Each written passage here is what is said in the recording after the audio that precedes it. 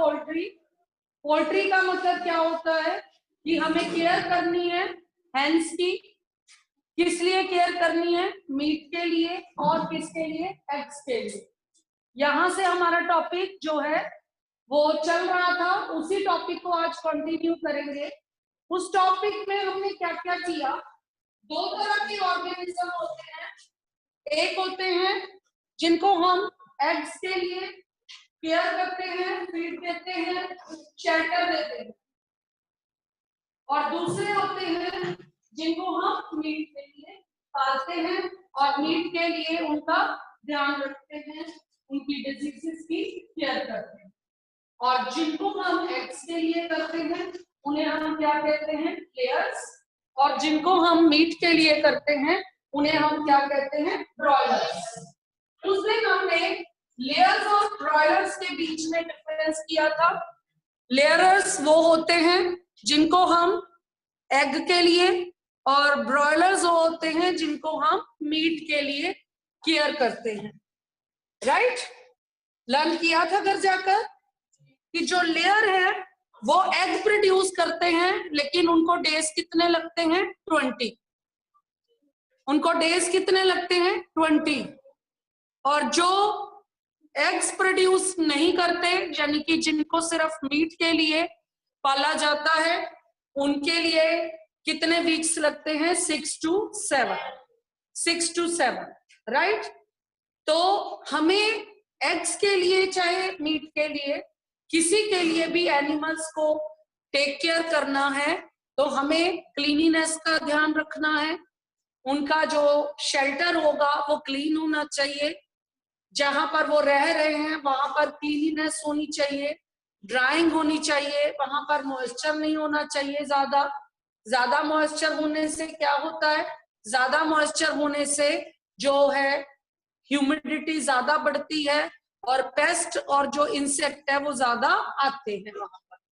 Clear हो गई ये बात? उसके बाद वहां पर उनको जो लाइटनिंग है वो प्रॉपर होनी चाहिए, जो स्पेस है वो प्रॉपर होना चाहिए, और जहां पर उन्हें रहना है वो एयरी होना चाहिए, प्रॉपर हवादार होना चाहिए, लाइट होनी चाहिए, सो दैट कि जितनी भी उनकी बेसिक नीड्स है, जितनी भी उनकी बेसिक कंडीशंस हैं, वो सारी क्या हो? फुलफिल हो।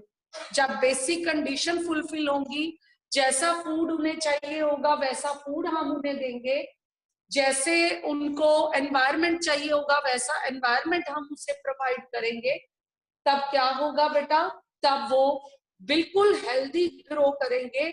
चाहे उनका पर्पस एग लेइंग है, चाहे उनका पर्पस क्या है? मीट के लिए उनको हम रेयर कर रहे हैं। राइट? इस टॉपिक में एक वर्ड आएगा जिसको आप कहोगे वेजिटेरियन एग्स। हमने एग्स के बारे में सुना हुआ है कि एग्स कब प्रोड्यूस होते हैं? हेंस प्रोड्यूस करती हैं एग्स किसके साथ? जब वो रिप्रोडक्शन करती हैं कॉक के साथ। लेकिन कुछ ऐसे एग्स हैं जो मशीन्स में बनाए जाते हैं, जो मशीन्स में रेडी होते हैं। उन एग्स को हम कौन से एग्स कहते हैं? वेजिटेरियन एग्स कहते हैं, या उन्हें हम इनफर्टाइल एग्स कहते हैं। या हम उन्हें कौन से एग्स कहते हैं? इनफर्टाइल एग्स कहते हैं। इनफर्टाइल एग्स या जो वेजिटेरियन एग्स है वो कैसे प्रोड्यूस किए जाते हैं? वो प्रोड्यूस किए जाते हैं मशीन्स में, in the absence of cock. Otherwise जो रिप्रोडक्शन होती है वो कॉक और हेन के बीच में, और उसके बाद जो एग्स प्रोड्यूस होते हैं उन्हें हम फर्टाइल एग्स कहते हैं। और जो कॉक के बिना एग्स प्रोड्यूस होते हैं मशीन्स में, उन्हें हम क्या कहते हैं? वेजिटेरियन एग्स कहते हैं। और ये वेजिटेरियन एग्स जो हैं इनको हम इनफर्टाइल एग्स भी कहते हैं। राइट? यहां से 1 मार्क का क्वेश्चन कई बार पूछा जा सकता है, what are vegetarian eggs? Vegetarian eggs कौन से हैं? क्लियर हो गई बात? उसके बाद आया आपका, अब जो टॉपिक आ रहा है वो किसका आ रहा है? डिजीजेस का। जैसे आपने डिजीजेस की बात करी किस केस में? इससे पहले पीछे वाला हमारा टॉपिक क्या था? बोलो। कैटल के केस में। जैसे आपने कैटल फार्मिंग में आपने डिजीजेस की बात करी कि कुछ डिजीजेस जो है वो बैक्टीरिया से होती हैं, कुछ डिजीजेस किससे होती हैं, वायरस से होती हैं। माइक्रो ऑर्गेनिज्म जो है वो डिजीजेस का कॉज है। तो अगर किसी एनिमल को, सपोज हैन को अगर डिजीज है तो उसके एग्स वाले वो डिजीज उसके एग्स में भी चली जाएगी। तो वो एग्स जब हम खाएंगे तो आपने स्वाइन फ्लू का नाम सुना होगा, ठीक है ना, कि कुछ दिनों तक लोगों को मना किया था कि वो एग्स ना कंज्यूम करें। क्यों किया था? क्योंकि ये डिजीज उनके अंदर आ गई। और अगर उनको कोई डिजीज है और उसका मीट हम खा रहे हैं, उसकी स्किन हम खा रहे हैं, तो वो डिजीज कहाँ ट्रांसफर हो जाएगी? हमारे अंदर। जो उसको कंज्यूम कर रहा है उसके अंदर ट्रांसफर हो जाएगी। ये बात पता है ना आपको कि अगर हम किसी प्रोडक्ट को यूज कर रहे हैं, अगर किसी की बॉडी को एज ए प्रोडक्ट यूज कर रहे हैं और उसे कोई डिजीज है, तो वो डिजीज किसके अंदर ट्रांसफर होगी? जो कंज्यूम करने वाला है उसके अंदर, ह्यूमन बीइंग के अंदर ट्रांसफर हो गई। तो हमें किसकी केयर करनी है? हमें डिजीजेस की केयर करनी है कि उनको डिजीजेस भी ना हो। तो आज हमारा टॉपिक है जो पोल्ट्री से रिलेटेड है, वो क्या है? पोल्ट्री से रिलेटेड बताओ डिजीजेस।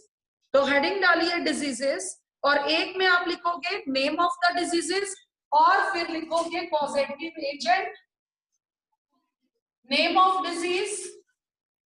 कॉजेटिव एजेंट का क्या मतलब है? कॉजेटिव एजेंट का मतलब है कि इस डिजीज, ये डिजीज जो है बैक्टीरिया के थ्रू हो रही है या वायरस के थ्रू हो रही है या फंगल के थ्रू हो रही है। कौन है इसका कॉजेटिव एजेंट? किसकी वजह से ये डिजीज हुई है? और फिर थर्ड उसका क्या है? सिम्टम्स। थर्ड क्या है उसका? Symptoms, right. सबसे पहली डिजीज है डर्मेटिस, DERMITIS।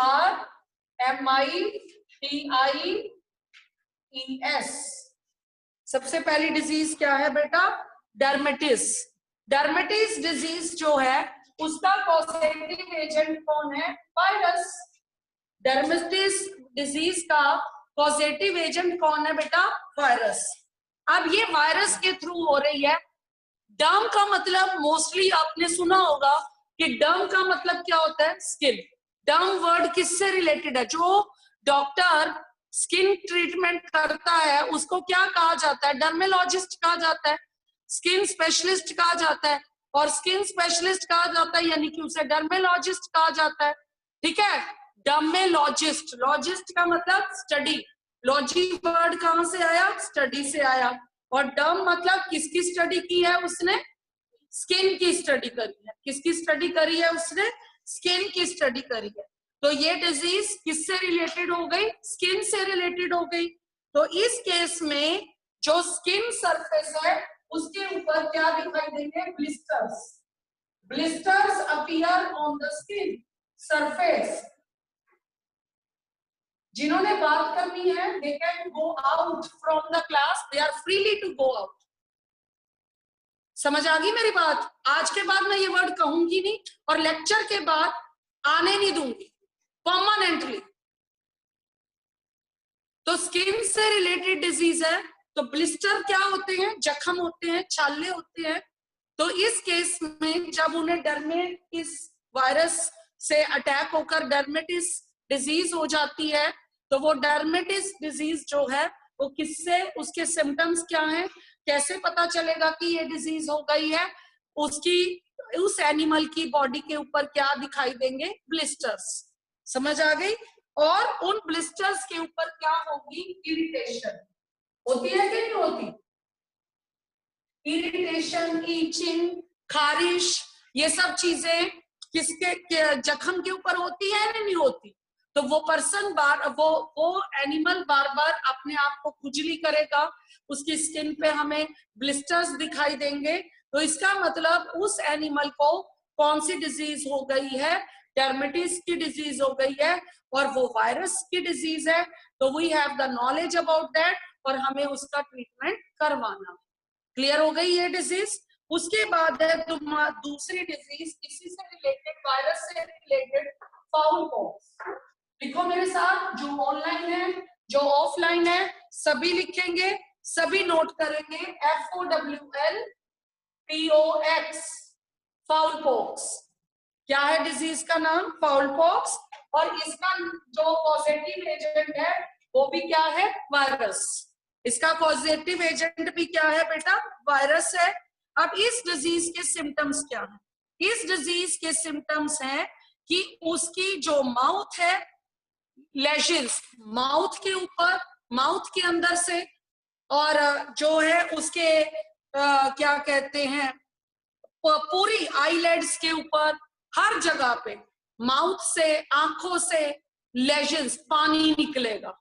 ऐसे जैसे तुम्हें कभी कभी फीवर में लगता है ना कि फीवर बड़ा तेज हो रहा है, ऐसे लग रहा है आंखों में दर्द हो रहा है, आंखों से पानी निकल रहा है, आंखों पे जो है आंखें धस गई हैं वीकनेस से, संक्रमण हो गई, आंखें धस गई, संक्रमण होना। तो इसी तरीके से फाउल पॉक्स में जो वायरस अटैक करता है तो उसकी बॉडी पे, माउथ पे और उसकी आईज पे क्या दिखाई देने शुरू हो जाते हैं? लेशंस। LESIONS। कोई नहीं बोलेगा। Lesions on the skin, sorry, mouth and I, right. ये भी कौन सा सिम्टम है? वायरस का। अब आ गई फाउल कोलरा। फाउल कोलरा ये है बैक्टीरिया से। ये डिजीज किसके थ्रू होती है स्प्रेड? बैक्टीरिया के थ्रू होती है। Second last boy first row, sit properly. Bacteria से होती है। इस केस में होता क्या है? सिम्टम्स क्या है? लूज मोशन, लूज मोशन, और दूसरा डिहाइड्रेशन। अब लूज मोशन का मतलब क्या है? बार बार उसको जो है वॉशरूम आता है, मतलब बार बार वो अपनी बॉडी से वेस्ट रिमूव करती है, जिसकी वजह से उसकी बॉडी में पानी की क्या हो जाती है? डेफिशिएंसी। पानी की कमी हो जाती है, और पानी की कमी से वो क्या हो जाती है? एनिमल बीमार। सो ये प्रॉब्लम उसको किसकी वजह से आई? ये प्रॉब्लम उसको आई बैक्टीरिया की वजह से। उसके अंदर कौन से जर्म्स एंटर कर गए हैं? बैक्टीरिया के जर्म्स एंटर कर गए। क्लियर हो गई मेरी बात? क्लियर हो गई? इस टॉपिक में हमने क्या क्या स्टडी किया, आपने क्या क्या लर्न करना है नोट्स में से, आपने कैसे लर्न करना। सबसे पहले आपने लर्न करनी है पोल्ट्री फार्मिंग की डेफिनेशन, कि पोल्ट्री फार्मिंग किसे कहते हैं, पोल्ट्री फार्मिंग में क्या किया जाता है। सबसे पहले उसकी आपको डेफिनेशन लर्न करनी है। सेकेंड फिर आपको लर्न करना है कि पोल्ट्री की ब्रीड्स कौन कौन सी हैं। फिर आपको लर्न करना है कि हमें उसको कैसा शेल्टर देना चाहिए, कैसा एनवायरनमेंट देना चाहिए। फिर आपको डिफरेंस लर्न करने हैं जो एग लेइंग हैं और जो मीट प्रोड्यूस करते हैं, यानी कि difference between layers and broilers. Clear है? उसके बाद आपका टॉपिक है डिजीजेस। डिजीजेस वाला टेबल मैंने बोर्ड पे बना दिया है, तो आपको डिजीजेस वाला टेबल करना। तो यहाँ पर आपका ये वाला टॉपिक कंप्लीट होता है, that is the poultry farming. Clear हो गया? I think so, there will be no doubts. आज हम इसके बाद नया टॉपिक स्टार्ट करने जा रहे हैं, उसे हम क्या कहते हैं? Fish production. नाम से ही पता चलता है कि फिश प्रोडक्शन। आप सबको पता है कि हम फिशेस को क्यों पालते हैं। पहले हेडिंग दो, फिश प्रोडक्शन। ये ऋषिका वाले बेंच से इतनी डिस्टरबेंस आ रही है ना, आई विल नॉट टॉलरेट। सबसे पहले हम फिश कल्चर की, फिश प्रोडक्शन की डेफिनेशन लिखेंगे। क्या होता है फिश प्रोडक्शन? जैसे पहले पोल्ट्री की डेफिनेशन लिखी थी, the branch which deals with the branch which deals with the rearing, caring of, rearing, caring and breeding कर लीजिए कि अगर अच्छा ब्रीड नहीं है तो उसको अच्छे ब्रीड के साथ क्रॉस करवाना, ये टॉपिक आपको अच्छे से पता है। Rearing, caring and breeding of caring and breeding of fishes. नाम अगर फिश प्रोडक्शन है तो हमने किसको लेना है इसके अंदर? Fishes. Rearing, caring and breeding of fishes, और साथ में इसके आप ऐड करोगे इसी कैटेगरी पे प्रॉन्स। प्रॉन्स का नाम भी आपने सुना भी हुआ है, देखे भी हुए होंगे। प्रॉन्स को लेना, और किसको? आप इसके अंदर मोलस्क को भी ले सकते हैं। मोलस्का, मोलस्का के अंदर जितने भी एनिमल्स आते हैं उन्हें हम मोलस्क कहते हैं, राइट? तो प्रॉन्स को, मोलस्क को और फिशेस को, प्रॉन्स को, मोलस्क को और फिशेस को क्या करना? रियर करना, केयर करना और क्या करना? ब्रीड करवाना। ठीक है, इस ब्रांच को जो डील करता है, a branch which deals with the rearing, caring, breeding of fishes, prawns, mollusk etc. is called fisheries, और topic is called fish production. Topic is called fish production.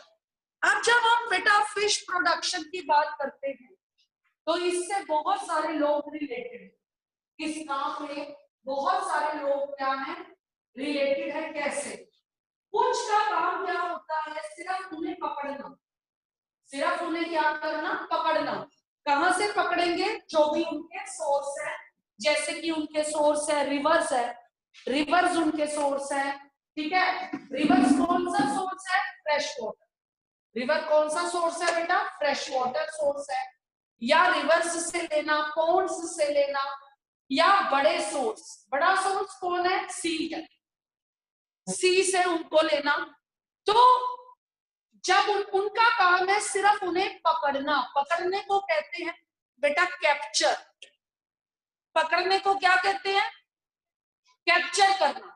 उन्होंने जाना है उन सोर्सेस के पास, और उनके पास एक बहुत बड़ी नेट होती है। नेट होती है ना, तुम्हें पता है।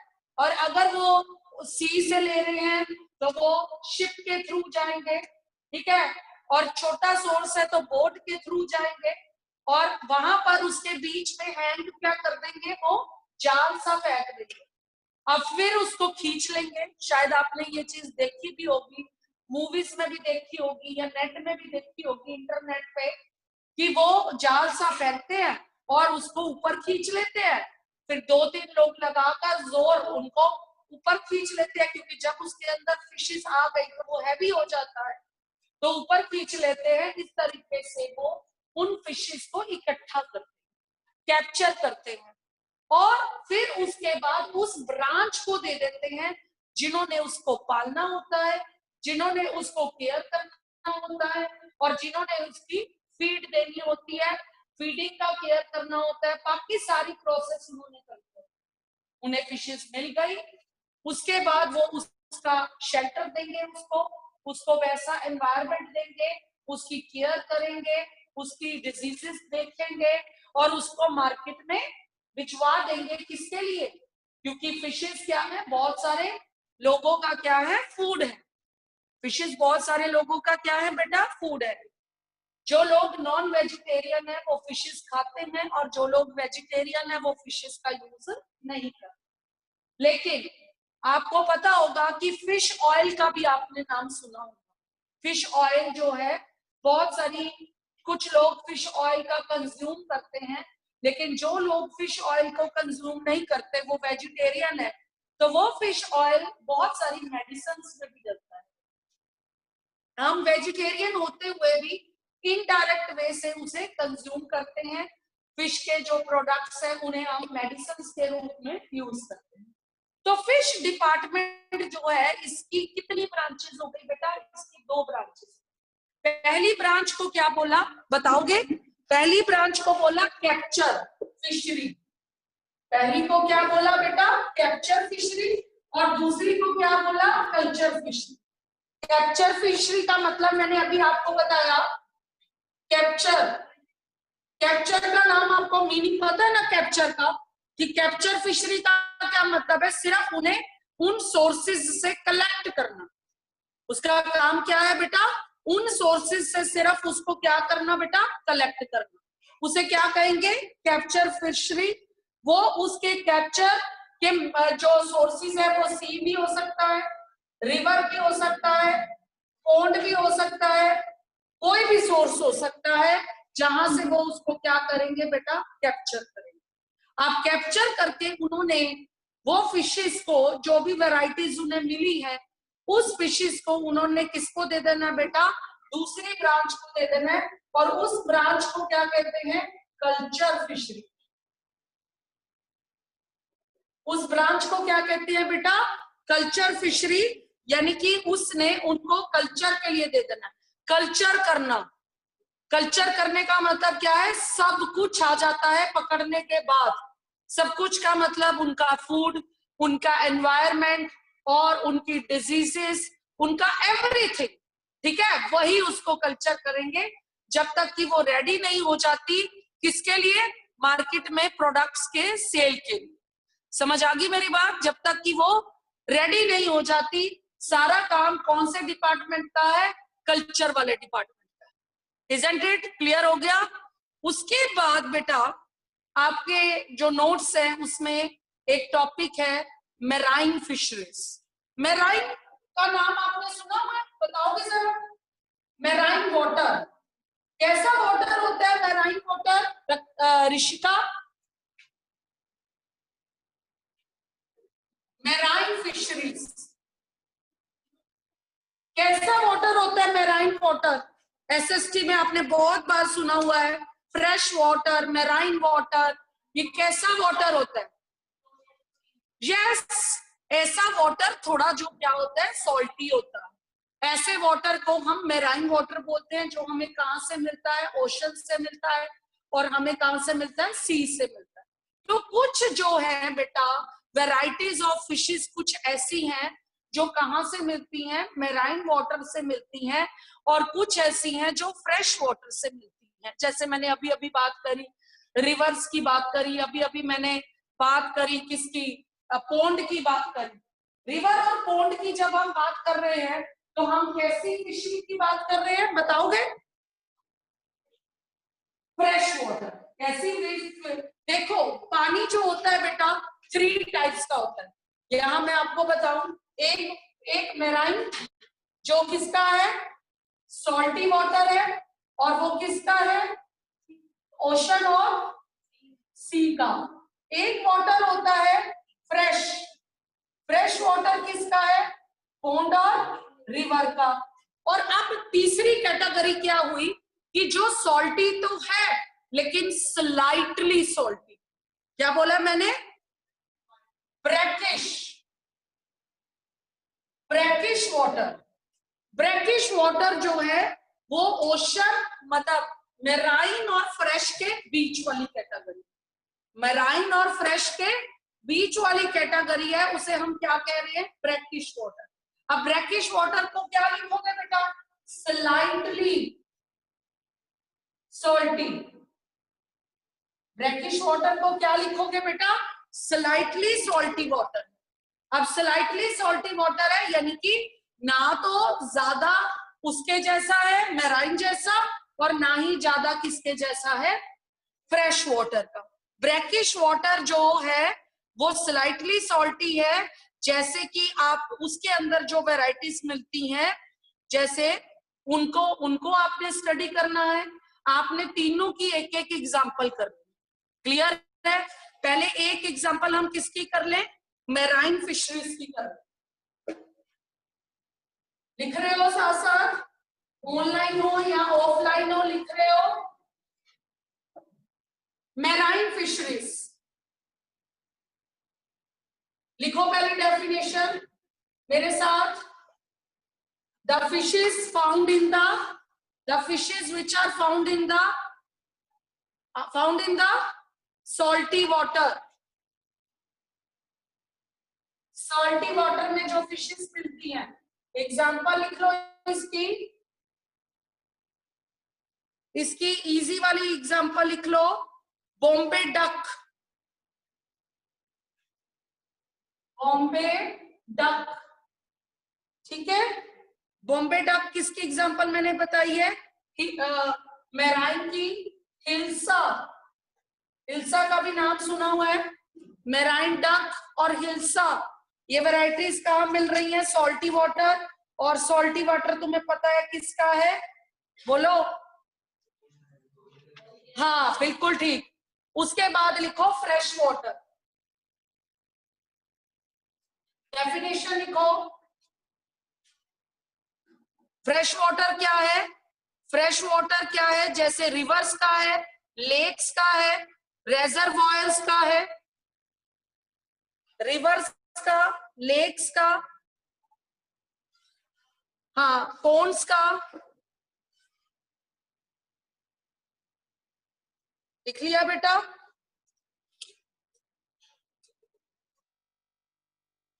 लिखा बच्चे? कटला लिख सकते हो इसकी एग्जांपल। आवाज नहीं। और उसके बाद आ गया आपका ब्रैकिश वाटर। ब्रैकिश वाटर में ब्रैकिश में आप लिख सकते हो, डेफिनेशन में क्या लिखोगे? Slightly salty water. Slightly salty water, ठीक है, स्लाइटली सॉल्टी वाटर। अब स्लाइटली सॉल्टी वाटर कौन सा होता है? अब जैसे आपने रिवर और पोन्स का तो कौन सा कह दिया? फ्रेश। और एक आपने कह दिया ओशन और सी का, वो कौन सा? साल्टी। अब स्लाइटली साल्टी है सी का किनारा, एच। सी का पूरा हिस्सा छोड़ दीजिए, सी का किनारा आ जाइए इधर, बिल्कुल एजिस की तरफ आ जाइए, जहां पर सी का पानी खत्म हो रहा है, वो वाला एरिया। समझ आ रही है? ये आपकी बाउंड्री है पूरी, ये पूरा आपका सी है, ये सारा हिस्सा क्या है? हाई सॉल्ट का, हाई सॉल्ट का। इसके किनारों पे आ जाइए, ये ब्रैकिश वाटर है। किनारों पे आ जाओगे तो ये कौन सा वाटर है बेटा? Brackish water. यानी कि last part of the sea, last parts of the sea, last part of the ocean. यहां पर आपको पानी तो सॉल्टी ही मिलेगा, लेकिन एज कंपेयर टू पूरे सी वाटर के कंपेयर में स्लाइटली सॉल्टी मिलेगा। आगे मेरी बात समझ क्लियर होगी ये बात आपको? अब क्या होता है कि जैसे कि हमने उस केस में पढ़ा था, रेवोल्यूशन और ग्रीन रेवोल्यूशन में हमने एक बात पढ़ी थी कि जब हम क्रॉप्स लगाते हैं तो हमारी पॉपुलेशन इतनी ज्यादा है कि हमारी एग्रीकल्चर की डिमांड बहुत ज्यादा है। एग्रीकल्चर की डिमांड ज्यादा होने की वजह से हमें नई नई टेक्निक्स अपनानी पड़ती हैं। वो नई नई टेक्निक से हम अपने फर्टिलाइजर्स का कम से कम यूज करते हैं और हम उस जो है प्रोडक्शन है उसकी क्वालिटी और क्वांटिटी इंक्रीज करते हैं। और उसकी क्वालिटी और क्वांटिटी इंक्रीज करने के लिए हमने कौन-कौन से मेथड्स बताए थे? मिक्स्ड क्रॉपिंग बताई थी, क्रॉप रोटेशन बताई थी, और थर्ड कौन सा बताया था? Inter cropping. Mixed cropping, inter cropping या क्रॉप रोटेशन मेथड हम क्यों यूज करते हैं? ताकि हम अपनी क्वालिटी और क्वांटिटी को एग्रीकल्चर के फील्ड में इंक्रीज कर सकें। बिल्कुल सेम टॉपिक यहाँ पर है कि हम अपनी फिश प्रोडक्शन की क्वालिटी और क्वांटिटी को इंक्रीज करना चाहते हैं। तो इसके लिए इसमें आप एक टेक्नोलॉजी पढ़ोगे, इस टेक्नोलॉजी को क्या कहते हैं? पॉलीकल्चर। लिखिए मेरे साथ, इस टेक्नोलॉजी को क्या कहते हैं बेटा? पॉलीकल्चर। पॉलीकल्चर क्या है? What is the meaning of POLY poly?